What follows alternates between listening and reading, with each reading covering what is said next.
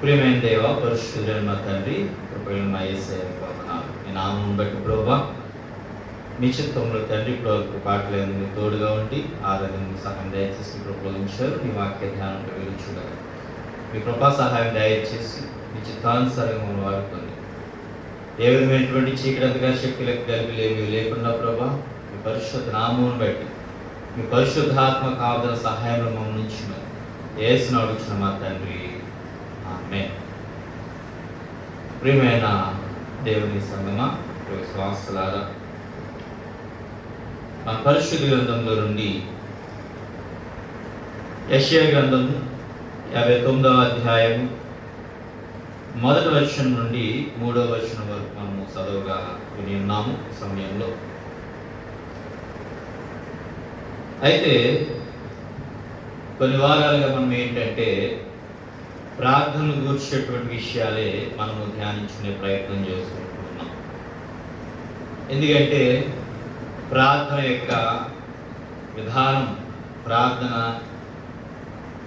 విజయాలను గూర్చి, ప్రార్థన యొక్క ప్రతిఫలాలను గూర్చి, ప్రార్థన యొక్క ఆవశ్యకతను గూర్చేటువంటి విషయాలు అనేకమైనవి మనం మాట్లాడుకుంటూ ప్రార్థన ఎటువంటిది అనేది మనం జ్ఞాపకం చేసుకునే ప్రయత్నం చేస్తూ ఉంటున్నాం.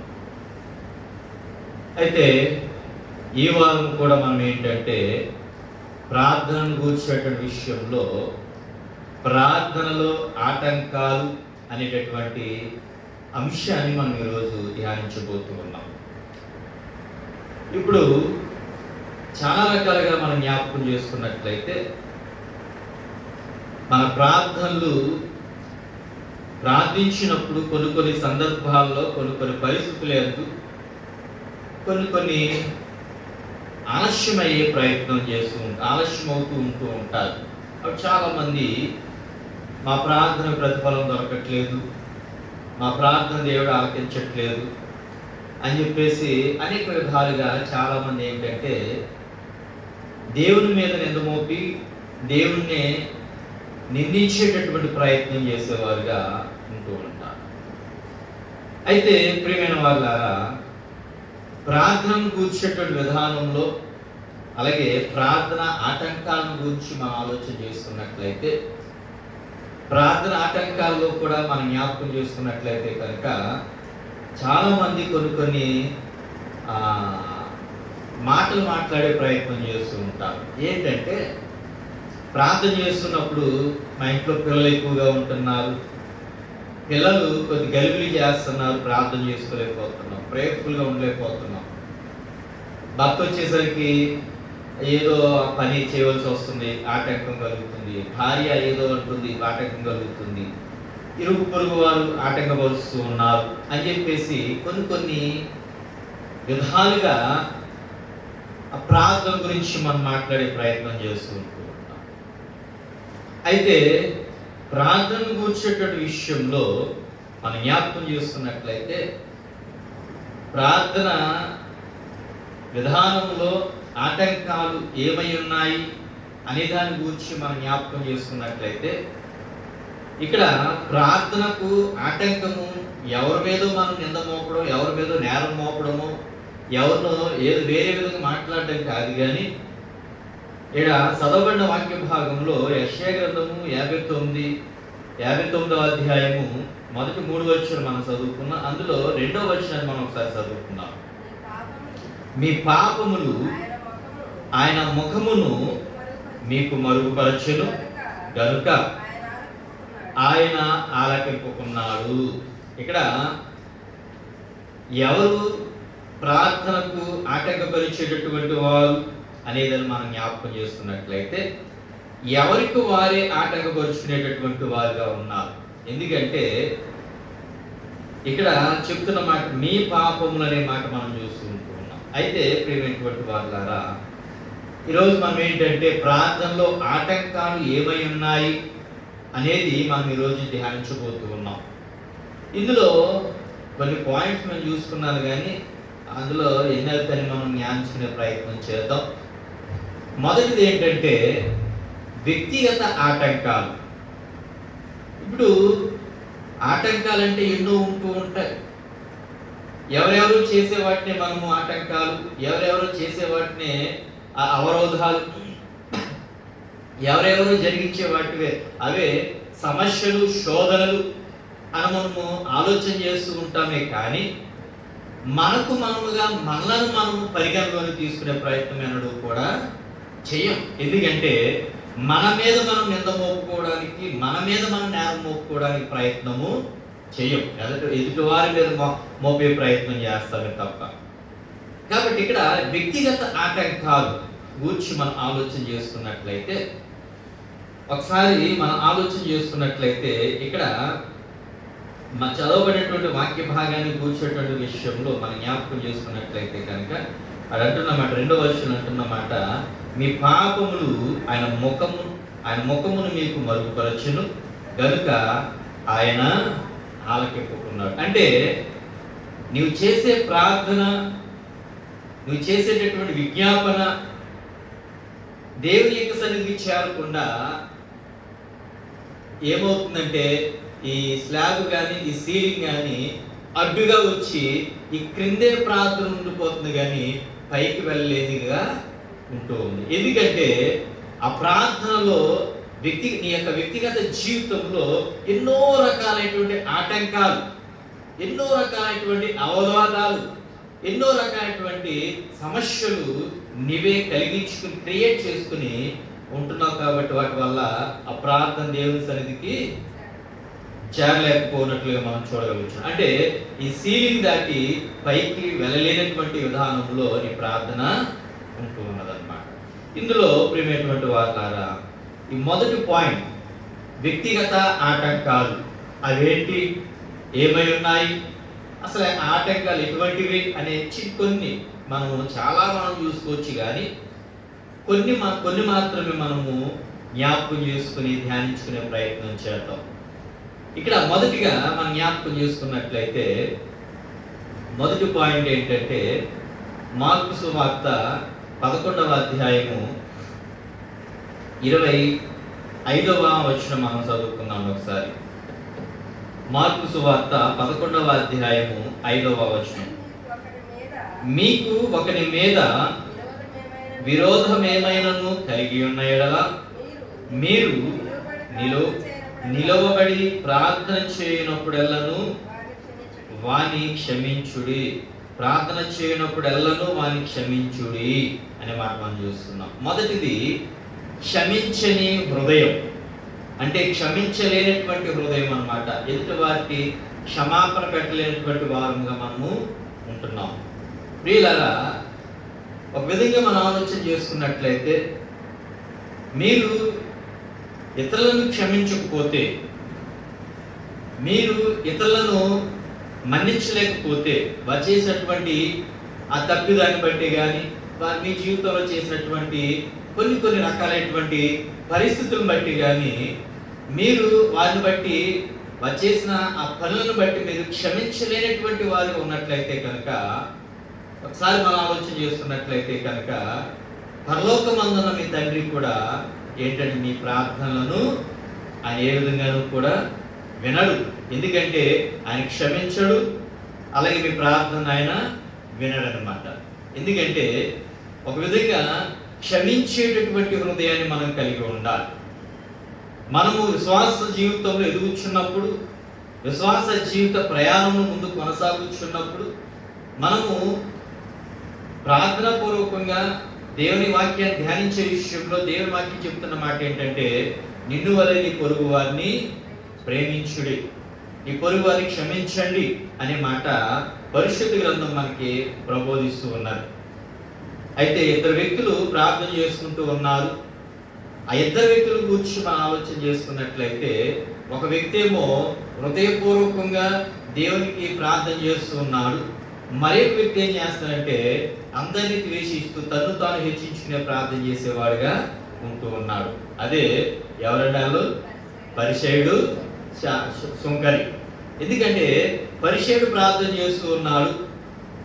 పరిసయ్యుడు యొక్క ప్రార్థన ఏ విధంగా ఉందంటే, పరిసయ్యుడు చేసేటటువంటి ప్రార్థన అంతా కూడా తను తాను హెచ్చించుకుంటున్నాడు, తన గొప్పలు చెప్పుకుంటూ గొప్పలకు పోతూ గొప్పగా తను తాను హెచ్చించుకుంటూ ఏం చేస్తానంటే పక్కవారిని ద్వేషిస్తూ పక్కవారిని అవమానకరంగా మాట్లాడుతూ హేళనకరంగా ఆ ప్రార్థనలో హేళనకరంగా మాట్లాడే ప్రయత్నము చేస్తూ ఉంటున్నాడు. ఇప్పుడు దేవుడు ఎవరి ప్రార్థన అంగీకరిస్తాడు? దేవుడు ఎవరి ప్రార్థనను ఆలకిస్తాడు? ఎవరి ప్రార్థనకు ప్రతిఫలాన్ని ఇచ్చేవాడుగా ఉంటాడు అనేది మనం ఆలోచన చేసుకున్నట్లయితే దేవుడు సుంకరి ప్రార్థన మాత్రం. ఎందుకంటే పరిచయుడేమో పక్కవాడిని ద్వేషిస్తూ ఉన్నాడు, ఈ సుంకరి వల్లనేను అని మాట్లాడుతూ చేసే తప్పులను గూర్చి భయంకరంగా ఎత్తి చూపించేవాడుగా ఉన్నాడు. కానీ సుంకరి ఏంటంటే, ప్రభువా ఆకాశం వైపు తల ఎత్తుటకు చూడడానికి కూడా నేను యోగ్యం కాను అని చెప్పేసి తన్ను తాను తగ్గించుకుని వినయముతో వినమ్రతతో దేవుని ప్రార్థించేవాడుగా చూస్తూ ఉన్నాం అన్నమాట. కాబట్టి ప్రియమైనటువంటి వారులారా, మనము ఎదుటివారి విషయంలో మంచి క్షమాగుణాన్ని కలిగిన వారుగా ఉండాలి. ప్రభువు కూడా చేసిన పని అదే. ఆయన ఎంతగా ద్వేషిస్తూ ఉన్నా, దూషిస్తూ ఉన్నా, బాధించేవారుగా ఉన్నా, అవమానపరుస్తున్నా, భయంకరమైనటువంటి హేళన చేస్తూ ఉన్నా, ఆయన ఏమంటే తండ్రి వీరేం చేయుచున్నారు వీరెరుగరు గనుక వీరిని క్షమించుము అని మాట్లాడుచున్నట్టు మనం చూస్తున్నాం. అంటే అట్టి క్షమాహృదయం మనం కలిగిన వారముగా ఉండాలన్నమాట. అదే ఇక్కడ చదవబడినటువంటి వాక్య భాగంలో ఏంటంటే, మీరు నిలువబడి ప్రార్థన చేయనప్పుడల్లను ఏం చేయాలంట? వారిని క్షమించండి అని మాట్లాడుచున్నట్లు చూస్తున్నాం. కాబట్టి క్షమాపణ కలిగినటువంటి హృదయాన్ని మనం కలిగే వారముగా ఉండాలి. రెండవ విషయం ఏంటంటే యాకోబు రాసిన పత్రిక 1వ అధ్యాయము 6, 7, 8 వచనాలు చదువుకుందాం. యాకోబు రాసిన పత్రిక 1వ అధ్యాయము 6, 7, 8 వచనాలు. అయితే అతడు ఏమాత్రమును సందేహింపక విశ్వాసముతో అడుగవలెను. సందేహించువాడు గాలి చేత రేపబడి ఎగిరిపడు సముద్ర తరంగమును పోలియుండును. అట్టి మనుష్యుడు దివ్యమనస్కుడై తన సమస్త మార్గముల యందు అస్థిరుడు గనుక ప్రభువు వలన తనకేమైనను దొరుకునని తలంచుకొనరాదు. ఇక్కడ కొన్ని విషయాలు మనం చూపెడుతూ మాట్లాడుతూ ఉన్నారు. ఏంటంటే మన ప్రార్థన విషయంలో రెండో పాయింట్ ఏంటంటే అపనమ్మకం. అంటే డౌట్ ఉండకూడదు అనమాట. ప్రార్థించేటప్పుడు ప్రేయర్ఫుల్గా మనం ఉంటున్నాం కాబట్టి ఆ ప్రార్థించే విషయంలో, ప్రేయర్ చేసే విషయంలో నమ్మకముతో దాన్ని పొందుకుంటాము అనేటటువంటి నమ్మకముతో, నిశ్చయతతో మనం దేవుని ప్రార్థించే ప్రయత్నము చేయాలి. అంతేగాని ప్రార్థన చేస్తూ అపనమ్మకంతో మనం చేసినట్లయితే కనుక అది ప్రతిఫలాన్ని ఏ విధంగానూ కూడా పొందుకోరు. కాబట్టి నమ్మకమైనటువంటి ప్రార్థన మనం జరిగించే వారముగా ఉండాలి. కాబట్టి చెప్తున్న మాటను గురించి మనం ఆలోచన చేసుకున్నట్లయితే రెండో పాయింట్ అపనమ్మకం, డౌట్ అన్నమాట. ఇక్కడ ప్రేమటువంటి వారు చెప్తున్న మాట మనం జ్ఞాపకం చేసుకున్నట్లయితే అంటున్నాడు. ఏమంటున్నాడంటే, ఒకసారి ఒక మాట మనకు కనబడుతుంది ఇక్కడ. ఏమనంటే, సందేహించువాడు గాలి చేత రేపబడి ఎగిరిపడు సముద్ర తరంగమును పోలియుండును. అట్టి మనుష్యుడు దివ్యమనస్కుడై తన సమస్త మార్గముల యందు అస్థిరుడు గనుక ప్రభువు వలన తనకేమైనాను దొరుకునని తలంచకూడదు. అంటే ఏదన్నా పొందుకుంటాం అనేటటువంటి ఆలోచన ఉండకూడదు అనమాట. ఎందుకంటే ఇక్కడ ప్రార్థన విధానంలో మనం జ్ఞాపకం చేసుకున్నట్లయితే విశ్వాసం లేకుండా మనము విశ్వాసం లేకుండా చేసే ప్రార్థన కూర్చున్నటువంటి విషయంలో మన ఆలోచన ఎటువంటి విధానంలో ఉంటుంది ఇది అని మనం జ్ఞాపకం చేసుకున్నట్లయితే, విశ్వాసం లేకుండా చేసే ప్రార్థన అంట సముద్ర తరంగంలా ఉంటుందంట. అంటే సముద్ర తరంగం అంటే అలా ఏం చేస్తుందంటే సముద్రం లోపల నుండి ఒక అలా వస్తూ ఉంటుంది గట్టుకి గాలి వల్ల. ఆ వస్తువు ఉన్నప్పుడు ఏం చేస్తారంటే అన్నింటిలో స్నానానికి వెళ్ళినటువంటి వారు, జలకాలాడేటటువంటి వాళ్ళు ఏం చేస్తారంటే అలా వస్తున్నప్పుడు, అలా పై నుండి వస్తున్నప్పుడు అలా కిందకి వెళ్ళడానికి ప్రయత్నం వారు చేస్తారు. ఎందుకంటే అదొక ఎంజాయ్మెంట్. అది సంతోషం అనమాట. అలా వస్తున్నప్పుడు కొంతమంది అలా కిందకి వెళ్తారు, కొంతమంది ఏమో అలా పైకి ఎగిరే ప్రయత్నం చేస్తారు. గట్టు మీద ఉన్న వాళ్ళు ఏం చేస్తారంటే అలా పైకి వస్తున్నప్పుడు అలా వస్తూ ఉన్నాయి, నీళ్ళు వస్తూ ఉన్నాయి. ఆ నీళ్లు కాళ్ళకు తగలకుండా, పాదాలకు తగలకుండా వెనుకకు పరిగెట్టే ప్రయత్నము చేస్తూ ఉంటారు. అంటే ఆ నీళ్లు తగలకుండా ముందుకు వస్తూ ఉంటుంది పైకి, ఆ తగలకుండా, తడి తగలకుండా, నీళ్ళు తగలకుండా ముందుకు పరిగెడుతూ ఉంటారు. అలాగే అది లోనికి వెళ్ళిపోతున్నప్పుడు, వెనక్కి వెళ్ళిపోతున్నప్పుడు ఏం చేస్తారంటే దాన్ని త్రొక్కాలి, దాన్ని ఏదో విధంగా తొక్కాలని చెప్పేసి దానికి మనం వెళ్ళే ప్రయత్నము నీళ్ళ వైపు చేస్తూ ఉంటాం. లోనికి వెళ్తున్నప్పుడు మనం ముందుకు వెళ్తూ ఉంటాం.